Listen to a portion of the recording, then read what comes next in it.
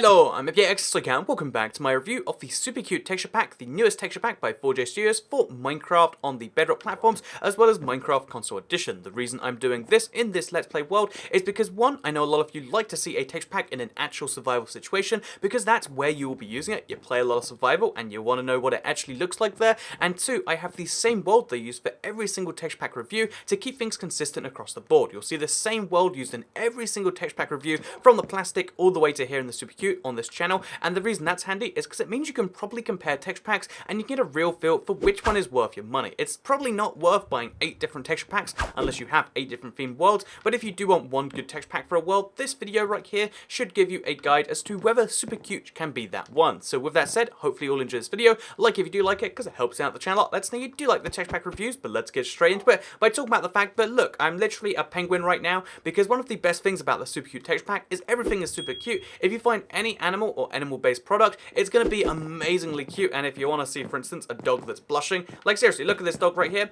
you can get, like, look at it, and you can get that with this texture pack. Also, because the turtle helmet is, I guess, turtle-based, as you can see, that means as a result of that, I am in fact a penguin man, which I just love. Like, it looks ridiculous having my head come out of it, but it's the best looking turtle shell helmet I've seen yet, and it's just a great start to what's hopefully going to be a great video. So with that said, let's dive into this one, shall we? And let's start by talking about, I guess, kind of the basics, because in these texture pack reviews, we kind of go through 3 or 4 different areas. We've got the overworld and some builds that already exist. Do my existing builds transfer overworld, or do they get destroyed? That's what we find out first of all. Then we like to go to the underground kind of experience, and then the nether and the end, the other dimensions, and how will they go. And there's some really strange things with all of that today. So again, let's try to dive into this piece by piece. So first of all, we've got my house. This is a really basic house, but it shows quite a few interesting things in my opinion. First of all is the fact that chests can be quite wild when you have 2 next to each other. Second of all is the fact that, like, seriously, everything in this texture pack smiles. This is an emerald, I believe. Is this an emerald? I believe it. Yeah, it's a music disc. The music discs smile in this texture pack,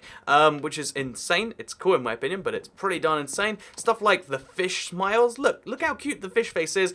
So many different things smile in this texture pack, and you got to get used to the fact that, you know, like, although certain things are going to be viewable next to each other, if you have a big old chest of stuff, or you have a confusing collection of things, it might get confusing after a while to differentiate between them. And if you look at my inventory, for instance, it's a mess because I've just gone back from a survival trip. As you can see, there's just a bunch of different stuff here, and it's just all so colourful, all so vibrant, and against the pink background, it's just a lot of colour that pokes out at you all at once, and you can see that in the room right here. Just lots of different colours. When you put you know, things next to each other, it can be confusing which is which, because all of the same things have the same colour scheme. This is all, you know, the furnace, the crafting table, the chest, they all have light blue and red, you know, crafting schemes, so you have to look more carefully than that. Maybe that's easy for you, but if you colour coordinate or you do colour scheme things, that might get confusing. So, although there are a few things that make me go, why is this the case? There are a lot of things I really love about this texture pack, such as the doors, for instance. Again, they're heart doors. The gap between the doors, the things you see through, it's a heart shape, and isn't that just, I think that's wonderful, for instance. It's the same with trapdoors. It's the same, you know, if we look at the fires, you know, the little fires that come out, they have little eyes. There's so many just tiny, cute details about this texture pack that it's hard to go far without spotting them. Seriously, even though in creative you'll see a whole bunch more of these differences, because you can play around with mobs, you can play around with the drop blocks and other specific blocks. If you just look at any mob, it'll be like, oh, it's a pig wearing a sweater that's like, look at those eyes. Look at the eyes on these cows. It's almost creepy, but also rather cute at the same time. If you like cute things, guess what? You're probably going to like this texture pack, which shouldn't come as a surprise given it's called literally the super cute texture pack. But seriously, it's super, it's cute, and it's super cute all at the same time, and you've really got to keep that in mind. If cute is not your thing, if you don't like the idea of, like, everything having eyes and being a little bit, I guess, Japanese is the feel right there, then this probably might not be the texture pack for you. So, looking around at some other blocks, some more basic building blocks, I like that although it is the super cute texture pack, although the basic theme was to be like, oh yeah, everything in the texture pack is going to be, you know, super cute and whatnot, there are a lot of building blocks that aren't affected. This is a key thing that I feel like some texture packs have messed up. This, you know, wood block right here, this is spruce, and this is birch, if I'm not mistaken. As you can see, they just look like wood. They're a little bit messy for wood, but still, you can use them, they're just fine. My bank, which is made up of stone slabs, stone and stone bricks, and as well as some iron bars, even though the iron bars have a little bit of a heart right there, they work, they all function, they're all very clear as to what they are, and in fact, I think the bank might even look better. Maybe that's my opinion, just because of the pumpkins having that cool thing going on. But yeah, I love pretty much every single building block. I think the fact that stone brick is purple is weird, but it kind of works right here. But it does seem as though most building choices you make will work in this texture pack, with the exception of certain technical blocks, like again the different appliances you use. They all look kind of the same. Also, if you look at the wall types, although you can see these are some swords, the stars going through them might be distracting and might ruin certain things, so keep that in mind. However, it's not as bad as some wool have been, and some terracotta and some concrete. And then also, if we look over here, there are some color differences in a lot of different palettes, which we'll get to when we come to part 2. So first of all, part 3, the Nether and the End. So next up, let's kind of go over the overworld, the natural stuff, because as far as the stuff you place in a world, it can look really quite, like amazing, and it can look, also look at this right here. It can look quite amazing, but it can also look exactly the same, almost at the same time. Again, there's this weird crossover between super cute things and things that are kind of normal. Next up, let's look at the scenery in the world, because the natural generated terrain, that's kind of important too, and this is where the texture pack wins, in my opinion. This is one of the biggest wins for a texture pack. Look at these trees right here. They look super beautiful without the leaves. Look at the trees with the leaves. They're blue and green. It's colorful, it's different, it's a brand new Minecraft kind of survival experience. Then if we fly over to here and we look at some dirt, as you can see, or some grass in this case, look at the grass right here. It looks amazing. This is some of the best looking grass I've seen in any texture pack.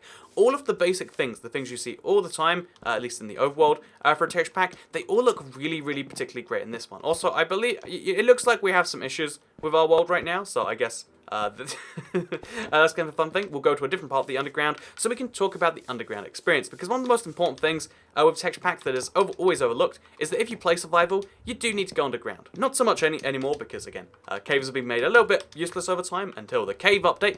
Hashtag 1.14 cave update. But until the cave update, obviously, or whenever that comes, like the underground experience is, less valuable, so maybe it's not the biggest deal to you. But if you're playing Minecraft survival, you will be going down below a cave at some point in your time, so it's important to know what it's actually like down there. So let's fly over to our one of our portals, shall we? We can do this, I believe. Or maybe we can't do this. We're just not worth a firework today. So, yeah, as you can see, by the way, firework rockets, super cute. They've got little eyes on them. Like, again, half of the blocks in this update have some eyes on them. And if you like having eyes, a little cute face, a little cute mouth, then good news, you're going to have that on literally everything today, which is just wonderful. So, yeah, we're going to go below ground very briefly, just to give you a feel for what it looks like down there, because I thought it was kind of interesting. So we'll go through here. It's going to hurt a little bit, but what doesn't hurt these days? So, yeah, this is the underground experience, just over here. Okay, we're gonna have to just break. Okay, there we go. This is the underground experience just over here. As you can see, a regular cave. This is my metro, so it's just stone and dirt and then some red wool. Looks really quite interesting, actually. I'd say a bit bright, but that's not a problem for most people. The regular caves where there's nothing in them, gravel is looking not as terrible as it has in some places. Dirt is looking great. Stone, I like the look personally, and I feel like the cross between them can be really ugly. I mean, look at this, for instance. It's not pretty by any stretch of the imagination, but the torches and the way it's all lit up, I personally really quite like. And given the fact that this is one of my favourite little small things about this, Flint and Steel, if we light something on fire, which we can't do right now, but I think we had the thing where our wall just entirely broke. Yeah, that is what happened right here. So what we're going to do is we're going to quickly hop out, and we're going to hop back in. Okay, so I have some questions about how we ended up here. Yeah, one of the funny things about the, again, Minecraft Bedrock right now is it seems to be doing this from time to time, and there's no real explanation, but that's none of my business, I guess. No, I mean, it actually is. It very much is 100% my business. And it's just one of those, interesting things about Minecraft Bedrock. I do these texture pack reviews on Minecraft Bedrock right now because that's where my latest Let's Play world is. It does have some issues, apparently mid-texture pack review, but that's a thing we just kind of accept and deal with. So let's look at the Flint and Steel texture very quickly, because as you can see, it is one of my favorite things I've ever seen in any texture pack, let alone just fire. Seriously, it's a fire with some eyes, so it's a cute little fire by itself, and then it bounces up and down. There's 4 of them, because there's one for each side, and then there's some in the middle there too, but still, it's just fires bouncing up and down. Have you ever wanted a happy fire in your life? Have you ever thought, the problem with fires is that they're not happy enough. Like, a lot of fires, the ones that burn down your house, they just don't seem happy enough to me. If that is your issue of fires, one, you might become, maybe you should become an arsonist, and two, also look at the inner chest, but two, this is the texture pack that is just amazing. Happy fires are the solution to any problem in my opinion, and just seriously, I can't get over this. It's just too amazing. So yeah, if you do go underground, I would definitely recommend that you do that. I forgot I had a thing there. I thought it was the ladder. The underground experience is pretty okay in this texture pack. I've given it just a few brief looks. Most of the underground blocks look pretty good in my opinion. Like, oh yeah, the gravel looks not like garbage. It looks like a solid 2 out of 10. That's 2 points above what it normally looks like. For instance, oh, the bats are bees. I genuinely did not know that until just now. Because, when do you see bats in Minecraft? Like, it's hard to get over stuff like this, but I think you can kind of tell by the tone so far. There's no point killing it. It's just like, what is a bumblebee doing around here? I can't deal with that too much. But yeah, a lot of the blocks are super great. A lot of the blocks together go really well. The ores go well with the stone, goes well with the cobblestone in my opinion, which goes well with the mossy stone in this case. And yeah, the thing about this texture, look, even spiders are cute. How do you make spiders cute? Literally the worst thing around, and they make them cute in this texture pack. You really have to appreciate that this texture pack is going to be there. But however, I will say, obviously, super cute is not for everyone. If you look at this and you say, oh, there's too much color, it's just not my thing. I'd prefer a nice gritty, because not everyone plays, although it's a cute novelty and it's a great novelty, being able to see everything like this, it's not necessarily the best for gameplay value. If you look at my pickaxe and my shovel and my sword, for instance, look at those icons down there and tell me you can see the difference easily, because maybe I'm blind, maybe I just don't pay enough attention, but especially when they're enchanted, this is a shovel, this is a sword. Like, look at that right there. Can you tell the difference? Probably not too well. And although the pickaxe obviously is a little bit easier to see, the fact that two not similar at all tools are incredibly similar to the texture pack kind of does, I would say, weaken its value as an everyday use texture pack. I would say the fact that it works kind of well in existing worlds, a lot of builds will work, a lot of builds won't,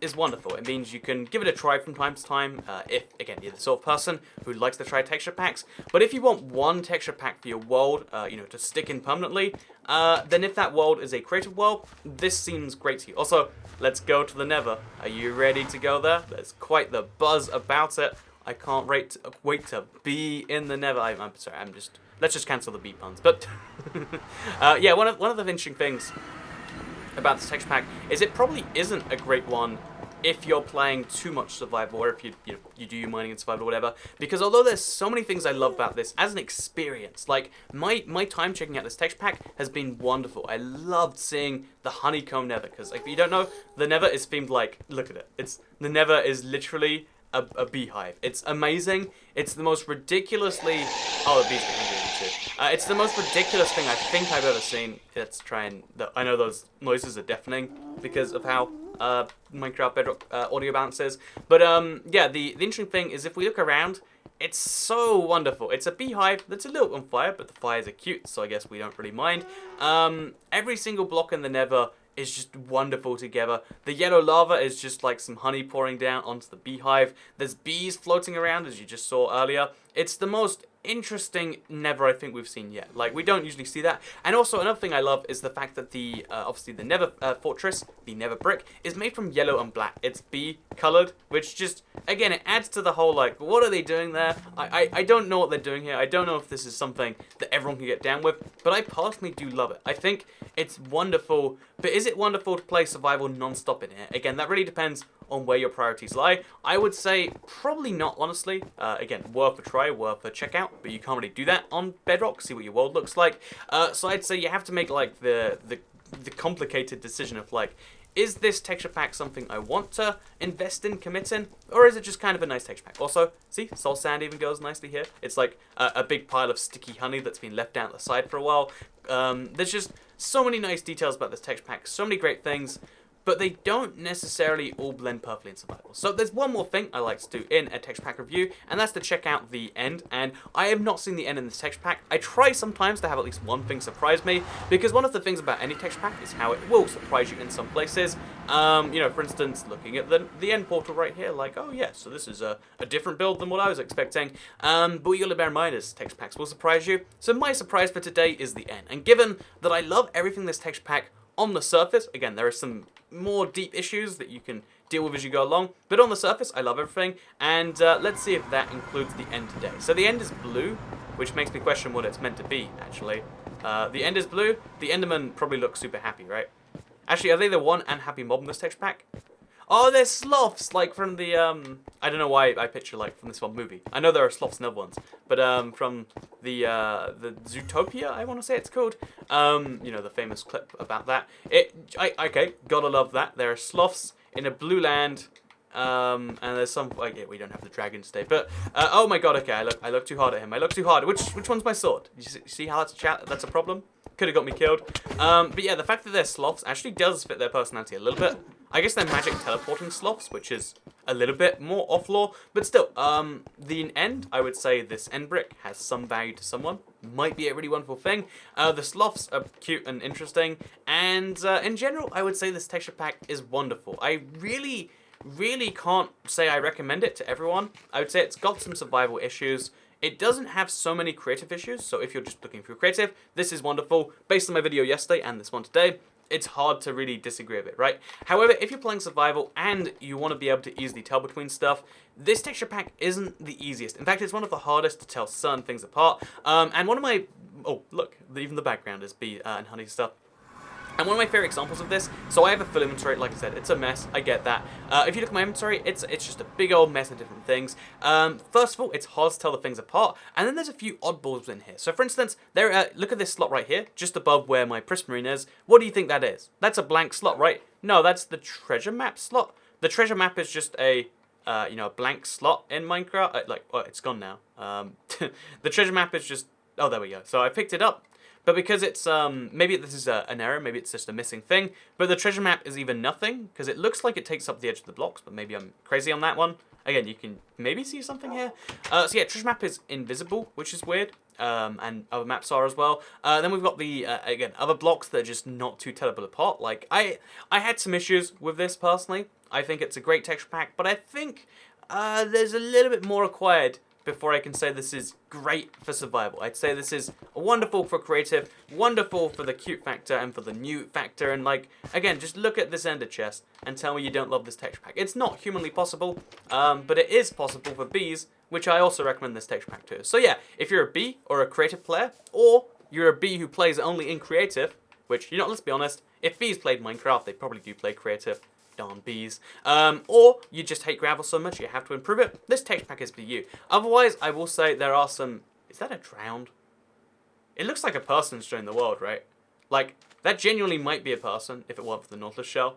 You know, I'll take the Nautilus shell though, just while I'm here. But yeah, basically, I would say this texture pack has a lot of things going for it, but it also has a lot of problems going for it.